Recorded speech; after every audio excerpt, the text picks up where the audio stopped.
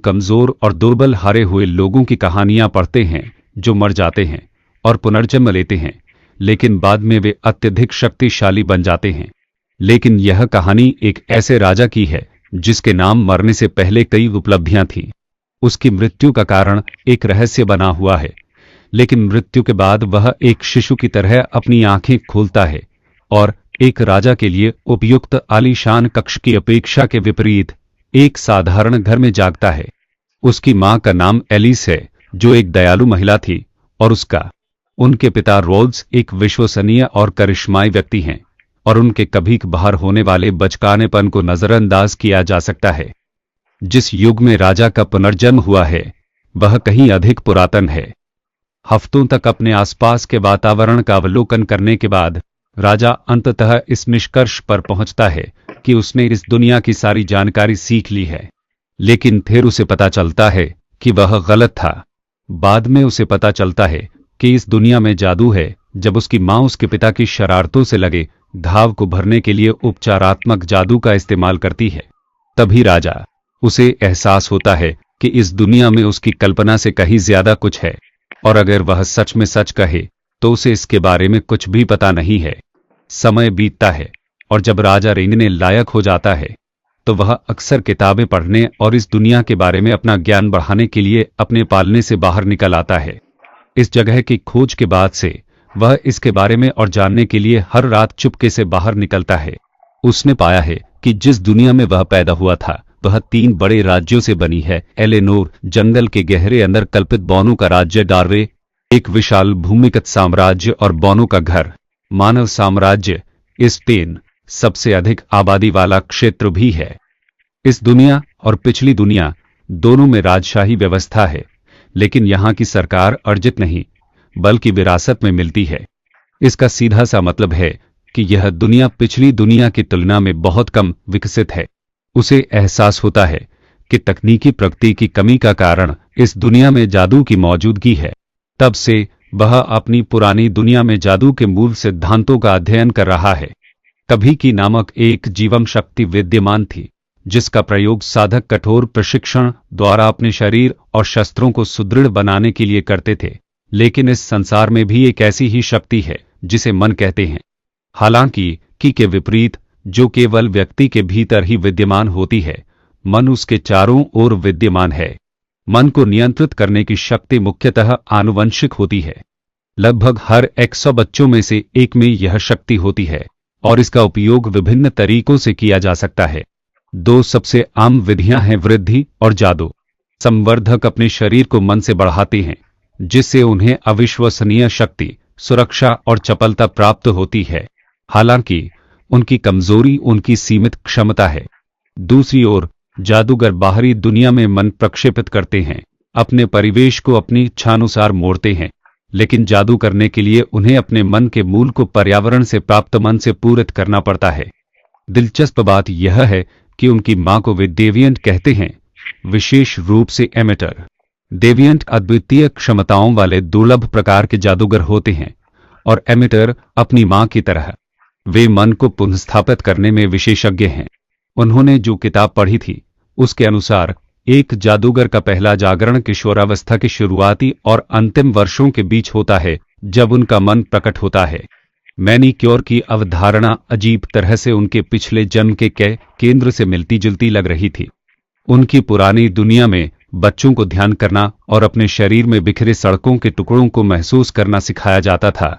उन्हें एक जगह इकट्ठा करके केंद्र बनाया जाता था।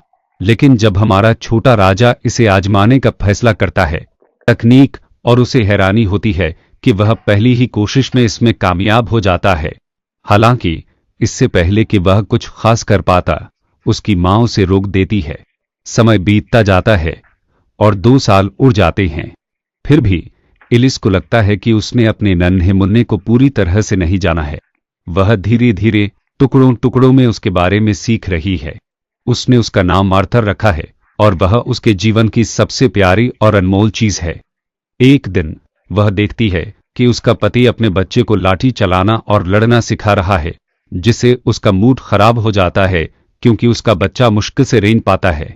एलिस को हर चीज का रिकॉर्ड रखना और डायरी लिखना बहुत पसंद है, और ऐसे पल उसके चेहरे पर मुस्कान ला देते हैं।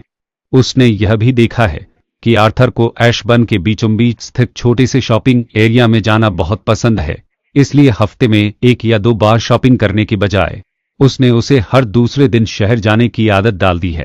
बेशक वह खुद से कहती है कि वह उसे बिगाड़ नहीं रही है, यह सब शिक्षा के लिए है, क्योंकि आर्थर को नई चीजें सीखना और देखना बहुत पसंद है, और ताज़ा खाना भी जो वह हर रोज घर ला सकता है। यह तो बस एक बोनस है। आर्थर को इतनी जल्दी बड़ा होते देखकर वह कभी कभी सोचती है कि जब वह बड़ा होगा और उसके पिता एक राजा होंगे तो वह कैसा होगा। उसे यकीन है कि उसे एक साहसी बनने में दिलचस्पी होगी, लेकिन वह चिंता से खुद को नहीं रोक पाती। वह बस यही उम्मीद करती है कि वह उन भोले भाले किशोरों से बेहतर करेगा जो साहसी बनने का सपना देखते हैं। अब काश वह उसकी हमेशा की तरह चुपके से अध्ययन कक्ष में घुस जाने की आदत के बारे में कुछ कर पाती। उसे तो उसका पालना भी अध्ययन कक्ष में ले जाने का मन हुआ है, हालांकि यह फैसला किसी और दिन के लिए है। अब तक सारांश। एलिस ने पिछले 2 सालों में अपने बेटे के बारे में क्या क्या सीखा है। एक दिन जब आर्थर खिड़की से बाहर देखता है तो उसे अपने पिता जादू करने की तैयारी करते हुए दिखाई देते हैं। रॉनाल्ड ध्यान लगाने के लिए अपनी आंखें बंद कर लेता है। उसकी एकाग्रता की तीव्रता आर्थर को उत्सुकता से भर देती है, यह देखने के लिए उत्सुक कि उसके पिता किस तरह का जादू करेंगे।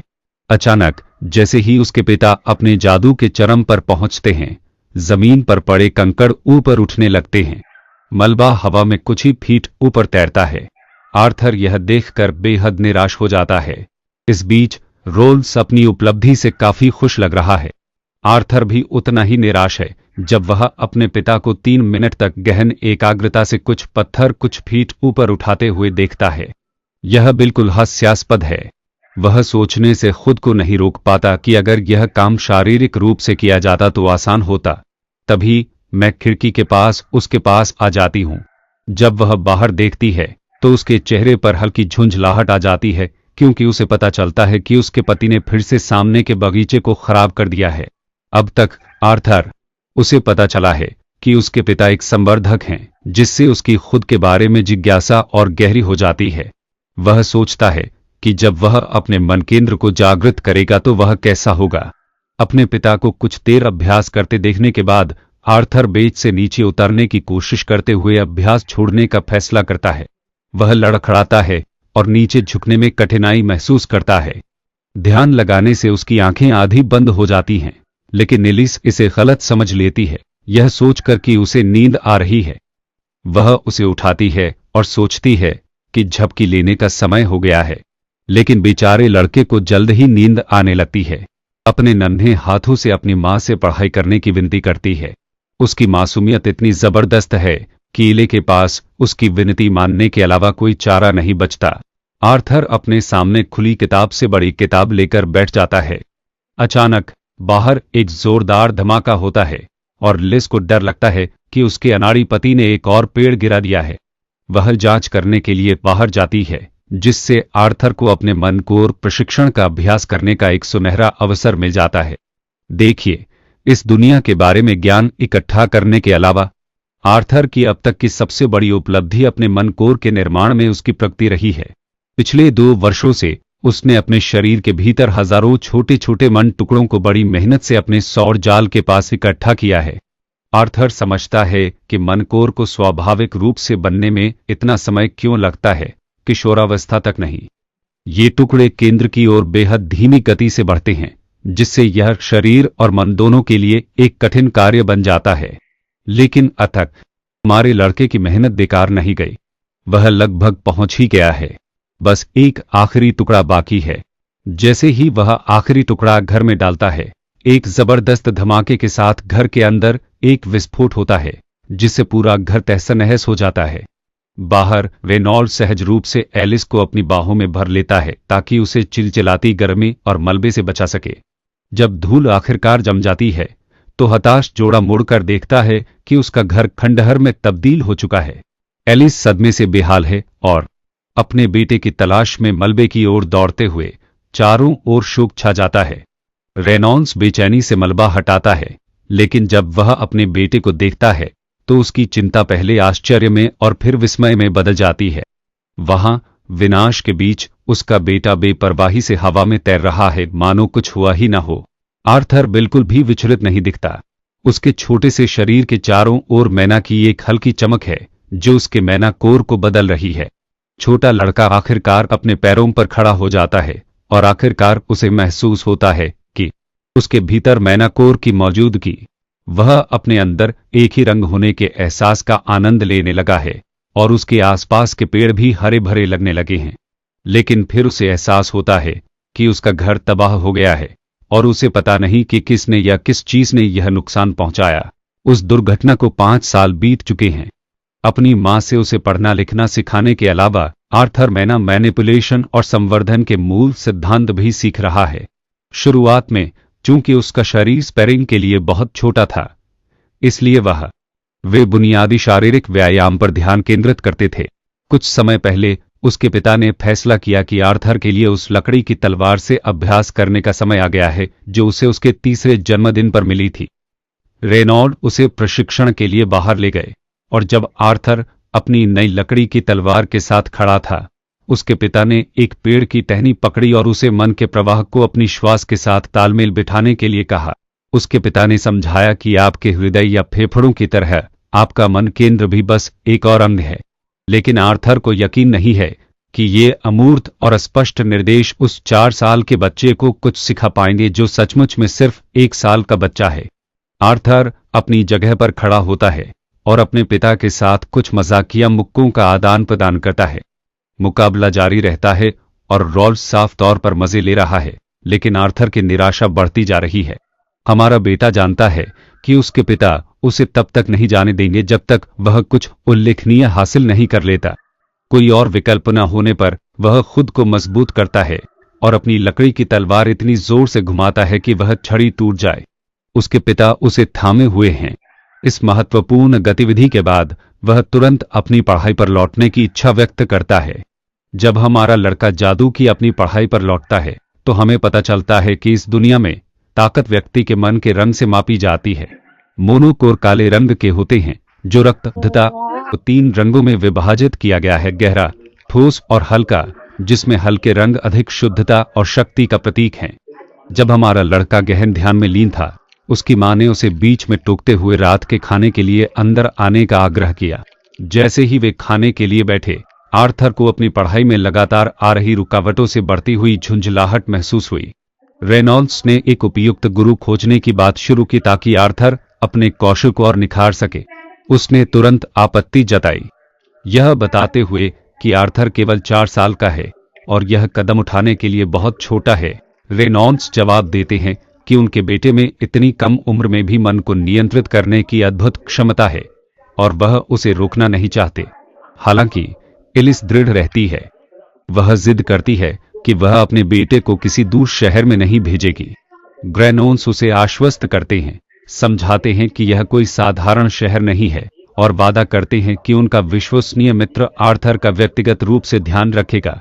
आर्थर ज्यादातर बातचीत पर ध्यान नहीं देता क्योंकि उसका आना जाना, अपने माता पिता से बात करना उसके लिए थका देने वाला है।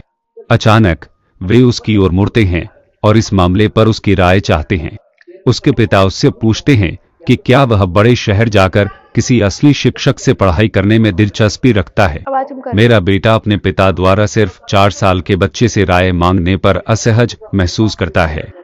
खैर, वह एक बच्चे की तरह व्यवहार करता है और विनम्रता से पूछता है कि क्या उसके माता पिता उसके साथ नहीं जा सकते। अचानक सब पर सन्नाटा छा जाता है, लेकिन जल्द ही वे भड़क उठते हैं। वे जोर से हंस पड़े। पता चला कि इस भोले भाले जोड़े ने अपने बेटे को साथ लाने के बारे में सोचा भी नहीं था। जब यह बात तय हो गई तो उसके पिता ने तय किया कि उन्हें सब मिलकर साइरस शहर जाना चाहिए। आखिरकार वह दिन आ ही गया जब उन्हें घर छोड़ना पड़ा और वे अकेले नहीं जा रहे थे। उनकी यात्रा में साहसी लोगों का एक समूह उनके साथ था। उसके पिता ने एक साहसी व्यक्ति का अभिवादन किया और अपने बेटे का परिचय कराया। छोटे लड़के ने तुरंत सम्मान में अपना सिर झुकाया और सदों तक साथ चलने में उनकी मदद के लिए उनका धन्यवाद किया। साहसी को बच्चों के तौर तरीके बहुत पसंद हैं और वह उनसे बहुत प्यार करने लगा है। उसका नाम क्रेंस है।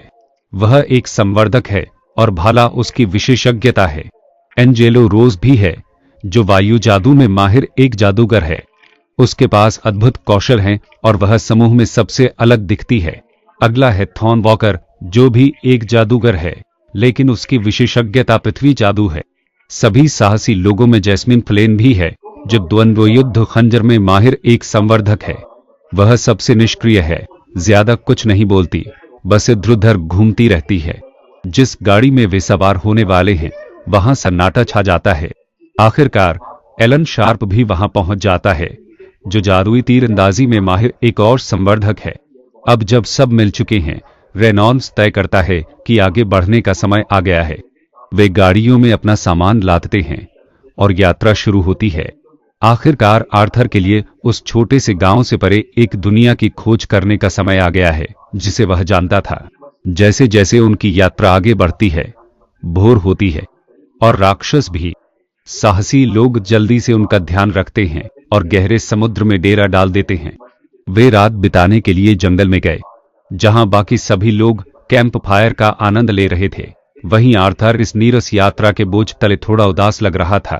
फिर हान शार्क हमारे लड़के की ओर मुड़ा और उसके पास बैठकर उसके स्तर पर आ गया। पूरी यात्रा के दौरान अपने पिता द्वारा उसे एक महान जादूगर कहकर लगातार प्रशंसा करते सुनने के बाद वह उसके बारे में और जानने के लिए बहुत उत्सुक था। इसी बीच क्रेंच ने दोनों को बात करते हुए देखा और उसने खुद रेनॉल्ड्स के बेटे की परीक्षा लेने का फैसला किया।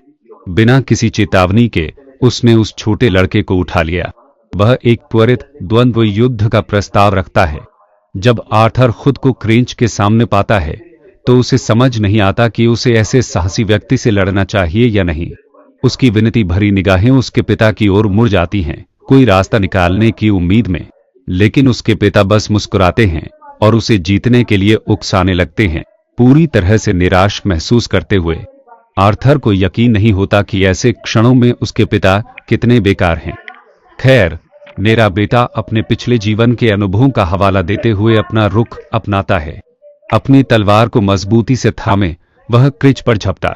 क्रेंच अपनी तरफ से आने वाले हमले से बचने के लिए मजबूती से खड़ा है, लेकिन उसे क्या पता, हमारा लड़का उसकी आंखों के सामने से उछल हो जाता है और इस कमीने की पीठ के ठीक पीछे फिर से प्रकट होता है।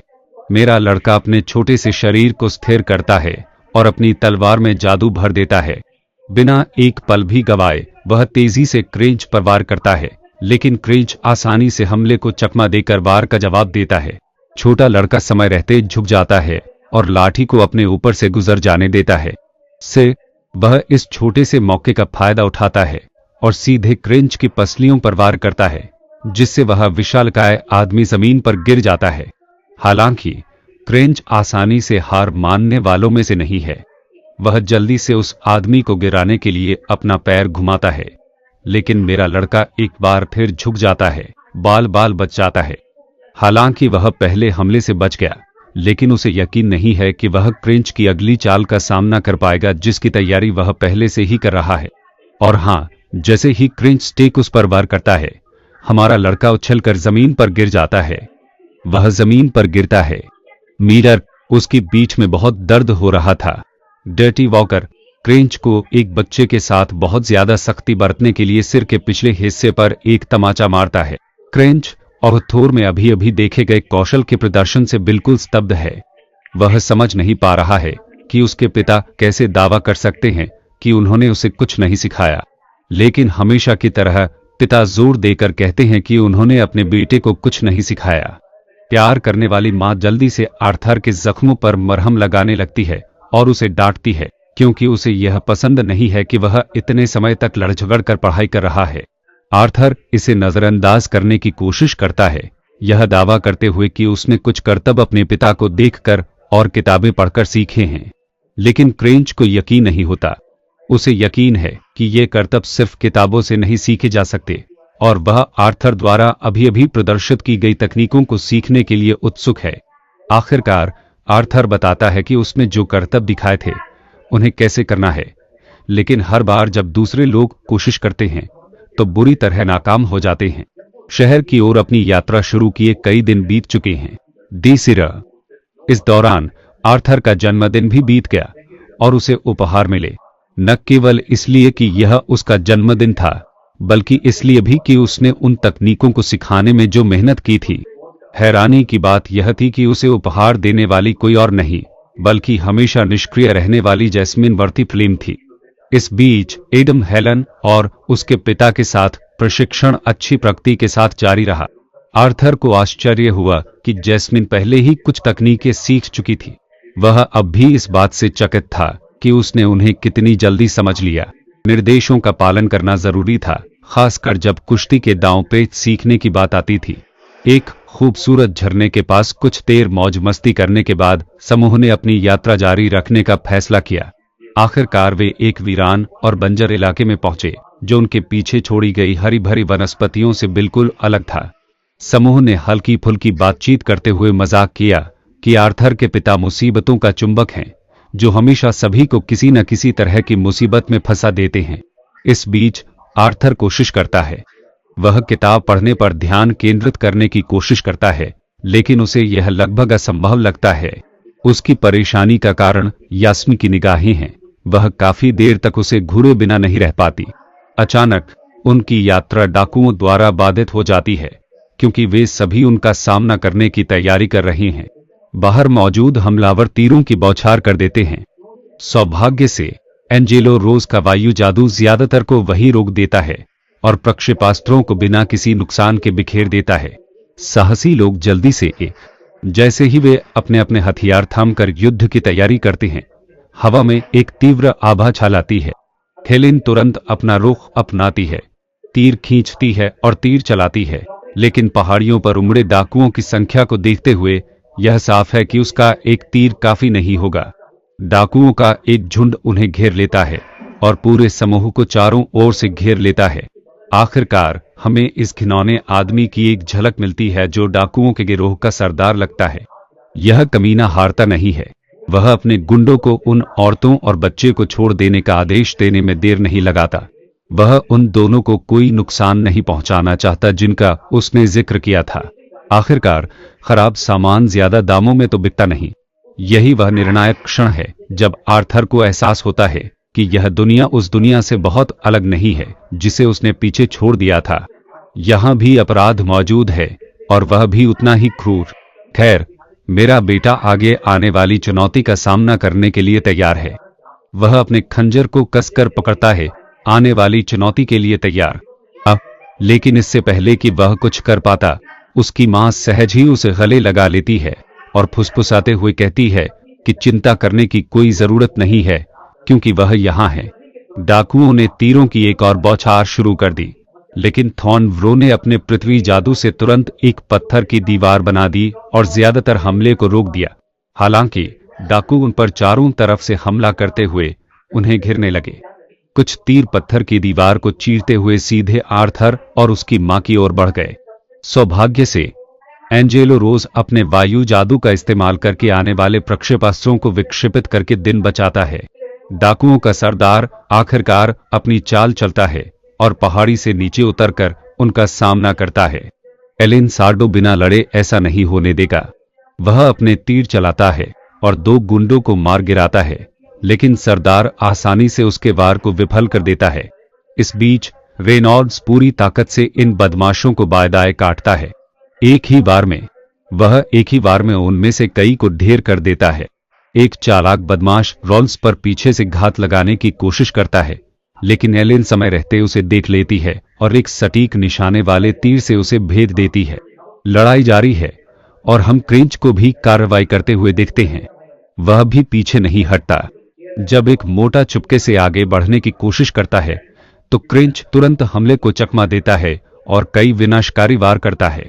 हमें यह भी झलक मिलती है कि यास्मीन अपने द्वंद्व युद्ध खंजरों से कितनी क्रूर है। वह उन बदमाशों पर अत्याचार कर रही है, उनका गला काट रही है या उनके शरीर के टुकड़े टुकड़े कर रही है। बिना किसी हिचकिचाहट के आंखें पृष्ठभूमि में एक खौफनाक बदमाश यास्मी पर सीधा चाबुक चलाता है, लेकिन उसे मारने के बजाय चाबुक उसके ही एक आदमी के पैरों में जा घुसता है। वार तेज और विनाशकारी होता है और यास्मी मुश्किल से उसे चकमा दे पाती है। बदमाश बेफिक्र होकर फिर से अपना चाबुक चलाता है। जिस तेजी से वह चाबुक चलाता है वह अविश्वसनीय है। लेकिन यास्मीन अपनी प्रभावशाली कलाबाजियों से उसकी गति से मेल खाती है, उसके हमलों से बचती और बचती है। हालांकि वह कुछ सबसे तेज वारों से बच जाती है, फिर भी वह कुछ बुरी खरोंचों के साथ यह साबित करते हुए कि वह भी अजेय नहीं है। इस बीच आर्थर यास्मीन और चाबुकधारी बदमाश के बीच लड़ाई को देखता है। वह देखता है कि यास्मीन अपने प्रतिद्वंद्वी के दूर से किए जाने वाले हमलों के सामने कमजोर है और उसे एहसास होता है कि उसे उसकी मदद करने का कोई रास्ता निकालना होगा। लेकिन वह मदद करने की जितनी भी इच्छा रखता है, उसे यकीन नहीं है कि वह अपने छोटे शरीर वाले एक वयस्क संवर्धित आदमी के सामने टिक पाएगा। अचानक कोई उनकी गाड़ी से टकरा जाता है और बदकिस्मती से वह रेनॉल्ड्स होता है, जो बुरी तरह घायल है और अपने प्रतिद्वंदी, जो डाकुओं का सरदार है, से पूरी तरह से पराजित है। आर्थर तुरंत अपनी मां से राउल्स को ठीक करने के लिए कहता है, लेकिन एलिस अपने आसपास हो रही हर घटना से बहुत दुखी है। वह अपना जादू चलाने के बजाय बेकाबू होकर रोती है। रेनॉल्ड्स उसे एक आश्वस्त मुस्कान देता है और कहता है कि उसकी चोटें जानलेवा नहीं हैं, इसलिए उसे चिंता करने की कोई बात नहीं है। गर्वित पिता फिर वह अपने बेटे को संबोधित करते हुए कहता है कि वह नेता के खिलाफ अपनी रक्षा कर सकता है, लेकिन जब तक उसका परिवार आजाद है तब तक नहीं। वह एलिस और ऑटर से आग्रह करता है कि वे जिस रास्ते से आए हैं उसी रास्ते से लौट जाए और भागना बंद ना करें, लेकिन आर्थर मना कर देता है। वह घोषणा करता है कि वह भी लड़ सकता है। रेनॉल्ड्स गर्व से उसकी बहादुरी के लिए उसके सिर पर थपथपाता है। वह आर्थर के साहस की सराहना करता है, लेकिन उसे याद दिलाता है कि उसका असली कर्तव्य अपनी मां और उसके गर्भ में पल रहे बच्चे की रक्षा करना है। इससे पहले कि रेनॉल्ड्स कुछ और कह पाता, आर्थर अपनी जान की कसम खा लेता है जो उसकी मां की रक्षा करेगा।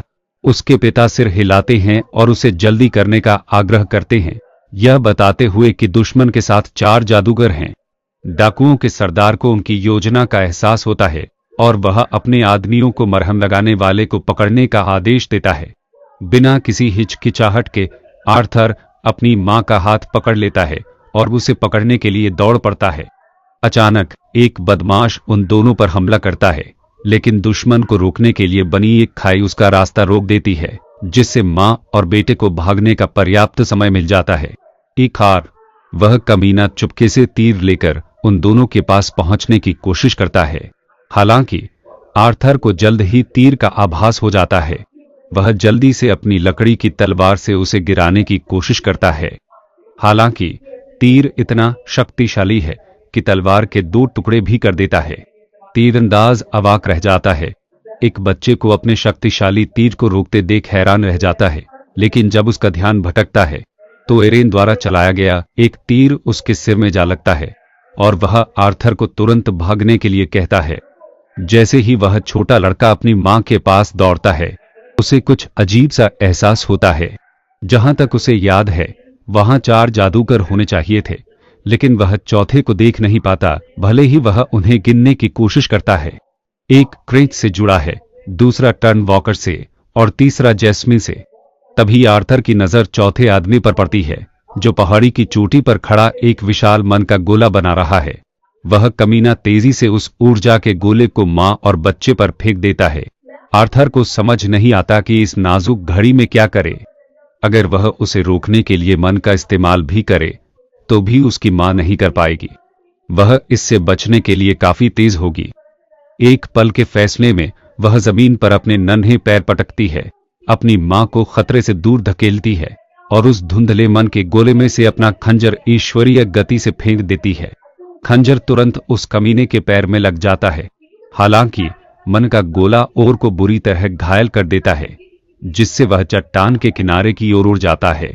जैसे ही वह गिरने लगता है, वह जादूगर को अपने साथ नीचे घसीट लेता है। जिस खंजर में ओरोर ने छेद किया था, वह एक मन की रस्सी से जुड़ा था जो उसकी मदद करती है।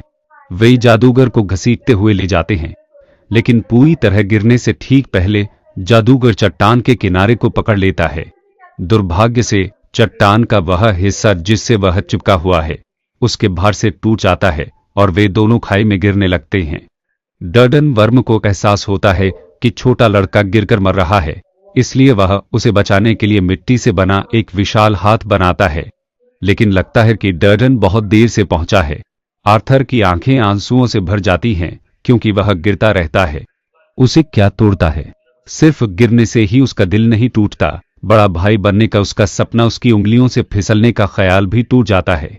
दृश्य मार्लन नाम के एक व्यक्ति के कक्ष में बदल जाता है। राजा ग्राई, जो हमारा बेटा आर्थर है, इस बूढ़े व्यक्ति से मिलने के लिए कक्ष में आता है। मार्लन परिषद का हिस्सा होने के लिए कितना आभारी है यह तो बताता ही है, साथ ही यह भी स्वीकार करता है कि इस प्रतिष्ठित पद के बावजूद उसे कभी कभी राजाओं को उनकी जीत के बाद मिलने वाली प्रसिद्धि और गौरव से ईर्ष्या होती है। अंत में मार्लन सवाल करता है, राजा ग्रे की अप्रत्याशित यात्रा का उद्देश्य स्पष्ट नहीं था और वह सोच रहा था कि उसे अपने जैसे बूढ़े व्यक्ति से मिलने के लिए वहां क्या लाया है। तभी ग्रे ने चुपचाप अपनी पिछली जीत के बाद अर्जित एक युद्ध पदक निकाला, उसे मेज पर रखा और अपनी सेवानिवृत्ति की घोषणा करते हुए जाने लगा। घटती जन्म दर और संसाधनों की कमी जैसी समस्याओं से त्रस्त इस दुनिया में युद्धों की जगह राजाओं के द्वंद्व युद्ध और सेनाओं ने ले ली थी।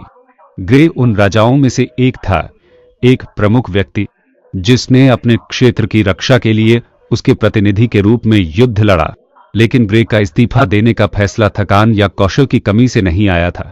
उसने अपना जीवन सबसे ताकतवर बनने या अनंत गौरव का आनंद लेने के लिए समर्पित नहीं किया था। उसे जो चीज सचमुच तोड़ गई वह था खालीपन, उन लोगों का अभाव जिन्हें वह संजो सकता था। एक अनाथ जिसके सारे प्रियजन चले गए। अब एक नए जीवन में आर्थर के रूप में पुनर्जन्म लेते हुए वह एक गहरी लालसा रखता है।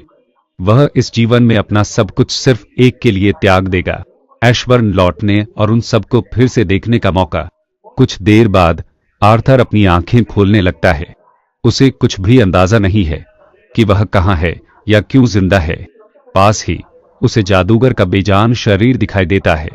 उस अस्त-व्यस्त मुड़ी हुई लाश को देखकर उसे तुरंत उल्टी आ जाती है। विशाल आकाश के नीचे पूरी तरह से थका हुआ निश्चल पड़ा वह अचानक एक पत्ता गिरता है और उसके चेहरे पर गिरता है, जिससे वह जाग जाता है। उसे जमीन पर पानी और खाने से भरा एक थैला पड़ा दिखाई देता है। अपनी आखिरी बची हुई ताकत के साथ आर्थर रेंगते हुए उनकी ओर बढ़ता है, खाना उठाता है और जितना हो सके उतना खाता है और साथ ही खूब पानी भी पीता है। खाना खाने के बाद वह पूरी तरह थककर जमीन पर गिर पड़ता है। कुछ देर बाद वह फिर से आंखें खोलता है और उठने की कोशिश करता है, लेकिन उसके पैर लड़खड़ा जाते हैं और वह फिर से गिर जाता है।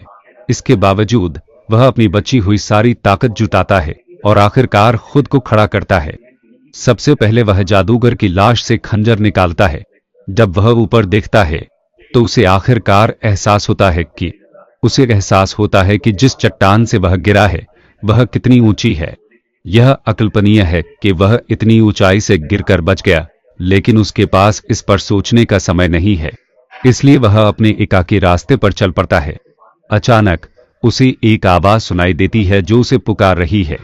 उसका पहला विचार यह होता है कि शायद वृद्ध जादूगर उसे कुछ बताने की कोशिश कर रहा है। आवाज फिर गूंजती है, इस बार उसके शरीर की हालत के बारे में पूछ रही है। बेचारा लड़का हिम्मत जुटाता है और घबराहट में जादूगर की लाश में छेद करने की कोशिश करता है ताकि पता चल सके कि वह जिंदा है या नहीं, लेकिन आवाज उसे तुरंत आश्वस्त करती है कि यह लाश दोबारा जिंदा नहीं होगी, इसलिए चिंता की कोई बात नहीं है। इस अप्रत्याशित आश्वासन से आर्थर राहत की सांस लेता है। हालांकि वह तुरंत फिर से सतर्क हो जाता है और उस रहस्यमयी आवाज से सवाल करता है, पूछता है कि क्या यही वही है जिसने उसे उस क्रूर गिरावट से बचाया था। आवाज तुरंत पुष्टि करती है कि उसने सचमुच उसे बचाया था, लेकिन जब आर्थर उसकी पहचान जानने के लिए जोर देता है तो आवाज रहस्यमय ढंग से कहती है कि उसे जल्द ही पता चल जाएगा। आर्थर को इस आवाज का बोलने का तरीका पसंद नहीं आता। रहस्यमयी और यह स्पष्ट कर रही है कि वह उस आवाज की एक भी बात पर विश्वास नहीं करती। हालांकि वह उसे शांति से याद दिला रही है कि केवल वही उसे इस जगह से निकाल सकती है। अपने घर का जिक्र आर्थर की यादों को झट से जगा देता है, उसे अपने माता पिता की याद दिला देता है जिन्हें वह पीछे छोड़ आया था, और जाहिर है उसकी मां के गर्भ में पल रहे भाई को भी नहीं पता कि वे सायरू पहुंच गए हैं या नहीं, या वे ठीक भी हैं या नहीं, क्योंकि उसके मन में बहुत सारे सवाल हैं जिनका जवाब वह चाहता है। वह जल्दी से खुद को विनम्र बनाता है और विनम्रता से इस रहस्यमयी प्राणी को संबोधित करता है। मिस्टर वॉइस पूछते हैं कि क्या उन्हें इस जगह से निकलने का रास्ता बताने में कोई आपत्ति है।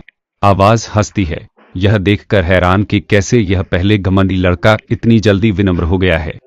वह स्वीकार करता है कि उसे आर्थर की बुद्धि पसंद है, लेकिन वह खुद को यह बताने से नहीं रोक पाता कि उसे सर कहकर पुकारा जाता है, जबकि वह असल में एक महिला है। फिर भी चूंकि आर्थर के शब्द काफी दयालु थे, आवाज उसे रास्ता दिखाने का फैसला करती है। कुछ ही देर बाद आर्थर का मन इस अचानक झटके से व्याकुल हो जाता है और उसे अपने आसपास की हर चीज, यहां तक कि दूर दराज की जगहों पर भी दिखाई देने लगती है।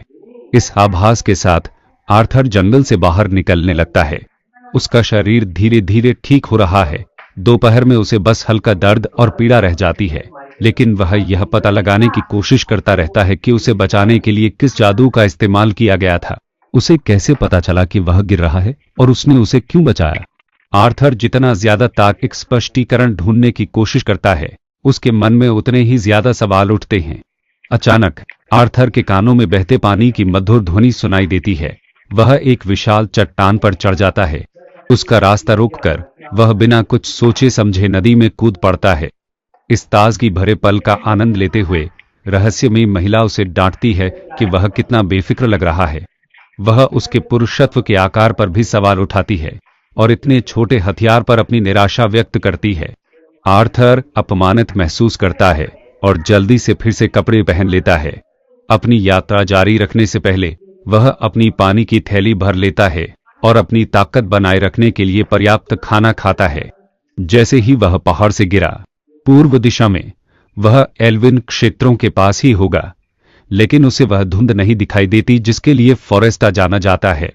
जानवरों से भरे मैदानों से गुजरने के बारे में उसका डर इस बात से कम हो जाता है कि वहां सिर्फ छोटे जानवर ही दिखाई देते हैं। हालांकि उसे हैरानी है, उसने कोई भी मन जानवर नहीं देखा। यह देखते हुए कि यह क्षेत्र मन से कितना समृद्ध है, वह वहां रुककर कुछ ग्रहण करना चाहता है, लेकिन वह जानता है कि वह और देर नहीं कर सकता। उसके पास खोने के लिए समय नहीं है। इन सबसे बढ़कर वहां कुछ और भी महत्वपूर्ण है। वह अपने माता पिता के पास, अपनी गर्भवती मां के पास लौटना चाहता था। उसकी संभावित मृत्यु का तनाव उसके गर्भ में पल रहे बच्चे के लिए खतरा बन सकता था, और अगर वे अभी भी जीवित थे तो उसे उनके पास रहना जरूरी था। काफी दूर चलने के बाद आर्थर आखिरकार उस जगह पहुंच गया जहां वह रहस्यमयी महिला रहती थी। एक पल के लिए उसने उसे चट्टानों का एक समूह समझ लिया और उसे पाकर राहत महसूस की, लेकिन महिला ने उसे तुरंत याद दिलाया कि वह कोई संवेदनशील चट्टानों का ढेर नहीं है, और कहा कि अगर वह उससे मिलना चाहता है तो उसे बिना किसी हिचकिचाहट के उस दरार में उतरना होगा। आर्थर उस सुरंग से गुजरने लगता है जहां से यह रहस्यमयी और मंद चमक निकल रही है। वह अपने डर को निगलता है और गलियारे में और नीचे उतरता है। चलते चलते अचानक लड़खड़ाकर रहस्यमयी नीली ऊर्जा से जगमगाते एक गहरे गड्ढे में गिर जाता है और अंततः ठोस जमीन पर गिर जाता है। टक्कर बहुत तेज होती है और उसके जबड़े में बहुत तेज दर्द होता है। फिर भी आर्थर खुद को संभालता है, लेकिन जैसे ही वह उठता है फिर से गिर पड़ता है। उसके सामने एक भयानक राक्षस खड़ा है जो इतना भयानक है कि वह लड़खड़ा जाता है। आर्थर डर जाता है, लेकिन पता चलता है कि यह राक्षस कोई और नहीं बल्कि वही रहस्यमयी महिला है जो उससे लगातार बातें कर रही थी। जैसे ही वह धीरे धीरे उसकी ओर बढ़ती है, आर्थर घबरा जाता है। डर के मारे उसका जबड़ा खुला रह जाता है। लड़की उसे अपना मुंह बंद रखने का सुझाव देती है, बशर्ते वह कीड़ों को अंदर न आने दे। फिर वह अपना विशाल हाथ उसकी ओर बढ़ाती है, जिससे वह थोड़ा डर जाता है। वह समझाती है कि उसे घर पहुंचाने लायक एक मजबूत दरार खोलने में कुछ समय लगेगा। फिर वह उसे अपने आसपास के रहस्यमयी पौधों से मिलने वाले भोजन का आनंद लेने का सुझाव देती है। आर्थर सिर झुकाकर कृतज्ञता व्यक्त करता है और फिर पास में चमकते अजीबोगरीब फलों की ओर बढ़ता है। वे इतने चमकीले हैं कि वह सचमुच उनकी सतह पर अपना उदास प्रतिबिंब देख सकता है। उसे उन पर तरस आता है क्योंकि ये फल उसे उन पलों की याद दिलाते हैं जब उसने अपने परिवार के साथ उन्हें खाया था।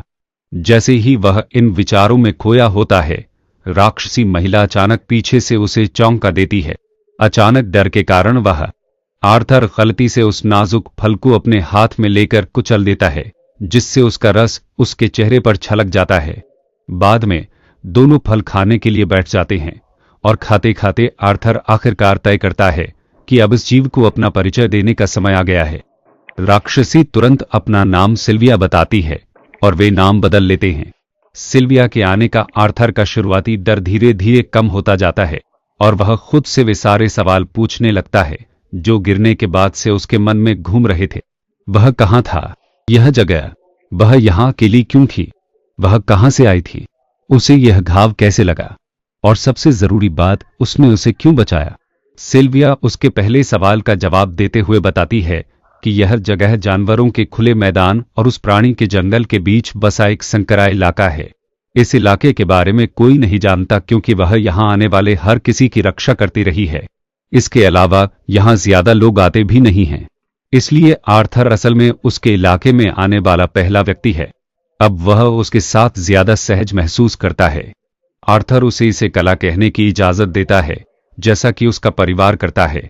सिल्विया सिर हिलाकर इसे स्वीकार करती है और अपने दूसरे प्रश्न पर आगे बढ़ती है। वह बताती है कि वह यहाँ अकेली है क्योंकि उसके पास रहने के लिए कोई नहीं बचा है। उसके कई दुश्मन हैं जो उसकी किसी चीज को पाने के लिए बेताब हैं। इन दुश्मनों से उसकी आखिरी लड़ाई भागने से पहले उसके सीने में जख्म दे गई। आर्थर को बचाने का फैसला करने के बारे में वह स्वीकार करती है कि वह उसके साहस और उसके बलिदान से प्रभावित हुई थी, या शायद इसलिए कि वह खुद को अकेला महसूस कर रही थी और वह किसी से बात करना चाहती थी। फिर भी उसे खुद भी पूरी तरह से यकीन नहीं है कि उसने उसे आखिर क्यों बचाया था। फिर वह माफी मांगती है और बताती है कि उसे आज शाम के लिए माफी मांगनी होगी क्योंकि उसका घाव सड़ रहा है और कल आयाम विफ में काम करने के लिए उसे अच्छी हालत में रहना होगा। आर्थर विनम्रता से उसका शुक्रिया अदा करता है और उसे शुभ रात्रि कहता है। जैसे ही काले कवच वाली वह प्रभावशाली आकृति चली जाती है, वह सोचने से खुद को रोक नहीं पाता कि वह कितनी अकेली लग रही है।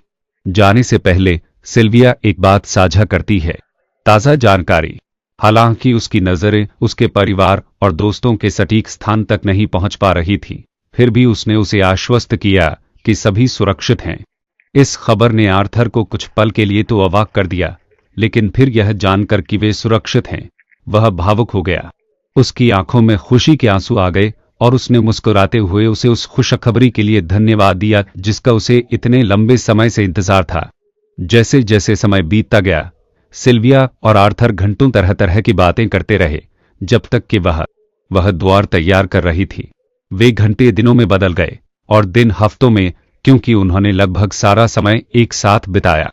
हालांकि सिल्विया ने अपने जीवन के बारे में कभी ज्यादा बात नहीं की, आर्थर धीरे धीरे समझने लगा कि यह रहस्यमयी प्राणी असल में किस तरह का इंसान है।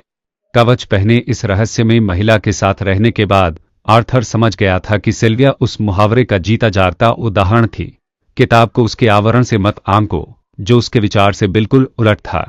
इस दर्दनाक पहलू के बावजूद वह दयालु, सौम्य, धैर्यवान और स्नेही थी। जिस तरह से वह उसकी देखभाल करती थी, उससे उसे उसकी मां की याद आती थी, सौम्य और दयालु, लेकिन जरूरत पड़ने पर सख्त नहीं, खासकर जब वह गलत होती थी। सख्त होने की बात करते हुए आर्थर को एक अप्रिय बात याद आती है।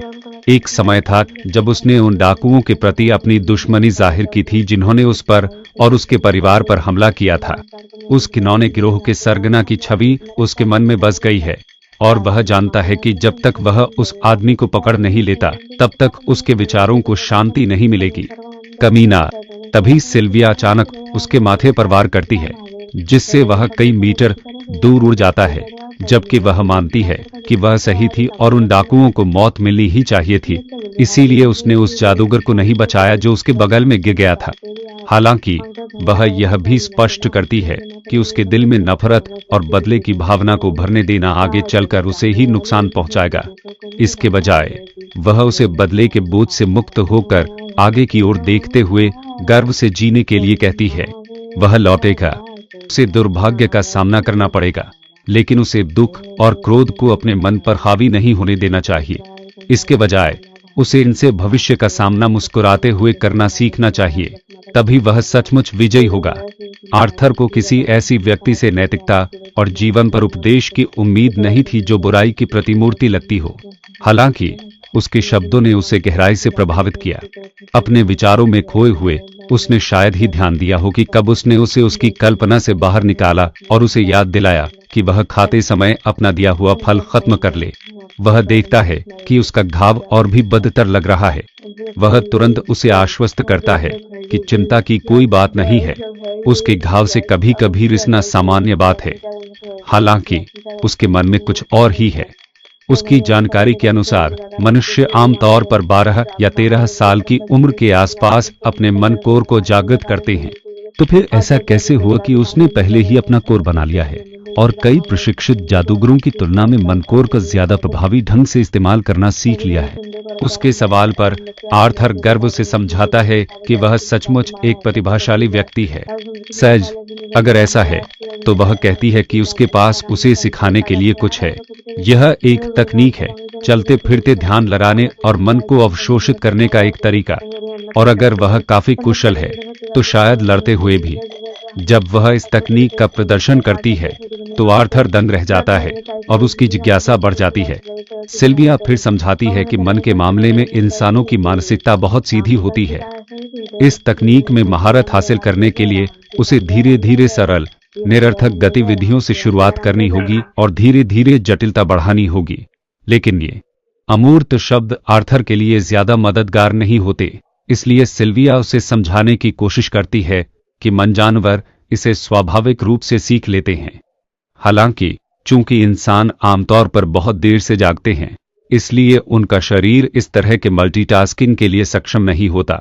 चूंकि यह आर्थर पर लागू नहीं होता, अगर वह पर्याप्त अभ्यास करे तो उसे सफलता मिलनी चाहिए। प्रोत्साहन के ये कुछ शब्द उसे अपना सर्वश्रेष्ठ प्रदर्शन करने का वादा करने के लिए पर्याप्त हैं। अगर ऐसा है तो सिल्विया व्यस्त है। एक दरार बनाते हुए आर्थर लगन से अभ्यास करने पर ध्यान केंद्रित करता है। हालांकि उसकी गलत चाल उसे लड़खड़ा देती है। इस कौशल का पूरी तरह से अभ्यास करने का मतलब है अपने अंदर मन का निरंतर प्रवाह बनाए रखते हुए कुशलता से लड़ने में सक्षम होना। लेकिन उसका आत्मविश्वास डगमगाता नहीं है और वह अभ्यास करता रहता है। वह लगातार झूलता और अभ्यास करता रहता है, अपने आसपास के मन को अवशोषित करने की कोशिश करता है। आखिरकार उसे इसकी आदत हो जाती है और वह मन अवशोषण की कला में निपुण हो जाता है। वह खुशी खुशी अपनी छोटी सी बात दूसरों के साथ साझा करता है। वह सिल्विया तक पहुंचने में कामयाब हो जाता है, लेकिन लगता है कि वह थक चुकी है और कुछ कह पाने की हालत में नहीं है। उसे बेजान देखकर आर्थर घबरा जाता है। लगता है उसकी चोट ने अपना असर दिखाया है और उसके विशाल शरीर से रिश्ता खून उस जगह को भर रहा है। वह जल्दी से उसका विशाल हाथ पकड़ता है और अपने छोटे से शरीर की पूरी ताकत से वह उसके विशाल शरीर को पलटने में कामयाब हो जाता है, लेकिन देखता है कि उसका घाव और भी गहरा होता जा रहा है। लेकिन जब वह आगे देखता है तो वह घाव जो वह इस पोर्टल का निर्माण कर रही थी और आखिरकार यह पूरा हो गया है और यात्रा के लिए तैयार है। अब जब वह इसके बारे में सोचता है तो उसे एहसास होता है कि इस पूरे समय पोर्टल बनाने के दौरान उसकी चोटें कैसे बढ़ती जा रही हैं। यह एहसास उसे अंदर तक तोड़ देता है। यह सोचकर कि उसे इतनी तकलीफ इसलिए हुई क्योंकि वह उसके लिए यह पोर्टल बनाने की कोशिश कर रही थी और उसे अब तक इसका एहसास नहीं हुआ, वह टूट जाता है। तभी सिल्विया अपनी कमजोर आवाज में बोलती है और उसे आश्वस्त करती है कि सब ठीक है। आर्थर उससे लिपटने के अलावा कुछ नहीं कर सकता और उसके चेहरे पर आंसू बहने लगते हैं। उसके चेहरे पर आंसू बह रहे हैं और वह बेकाबू होकर रो रहा है। उसे समझ नहीं आ रहा कि जब वह उसे इस तरह छोड़कर जाने वाली है तो वह कैसे ठीक रह सकता है। यह सोचकर कि उसने उसके लिए अपनी जान दे दी, उसे और भी ज्यादा तकलीफ होती है। उस पल आर्थर रो पड़ता है। वह जितना स्वीकार करना चाहता है उससे कहीं ज्यादा रोता है और पहली बार वह उस बच्चे की तरह रोता है जो वह बाहर से दिखता है। सिल्विया उसे धीरे से याद दिलाती है कि उनका साथ बहुत कम समय का है और वह नहीं चाहेगी कि वह इसे खुद को दोष देने में बर्बाद करे। प्यारे आर्थर, वह खुद को दोष न देना जानता है। वह अपने परिवार से मिलने के लिए खुद को कुर्बान कर रही है। हालांकि सिल्विया आभारी है, क्योंकि ओर्रा की बदौलत वह इस वीरान गुफा से थोड़ा पहले बच निकली, और सिर्फ इसी वजह से उसे कोई पछतावा नहीं है। बहुत जल्द उसका शरीर बिखरने लगता है, राख में बदलने लगता है। जब उसका पहना हुआ काला कवच टूट जाता है तो उसकी जगह एक जोड़ी चमकदार सफेद पंख दिखाई देते हैं। उसके सामने सिल्विया एक नए रूप में खड़ी है, जिसमें वह पहले से कहीं ज्यादा खुद जैसी दिखती है। आर्थर को बिल्कुल भी उम्मीद नहीं थी कि वह एक ड्रैगन निकलेगी। वह स्वीकार करती है, भले ही वह एक ड्रैगन है, या कम से कम इंसान उसके जैसे प्राणी को यही कहेंगे। हालांकि वह उसे याद दिलाती है कि उन्हें बेकार की बातों में समय बर्बाद कर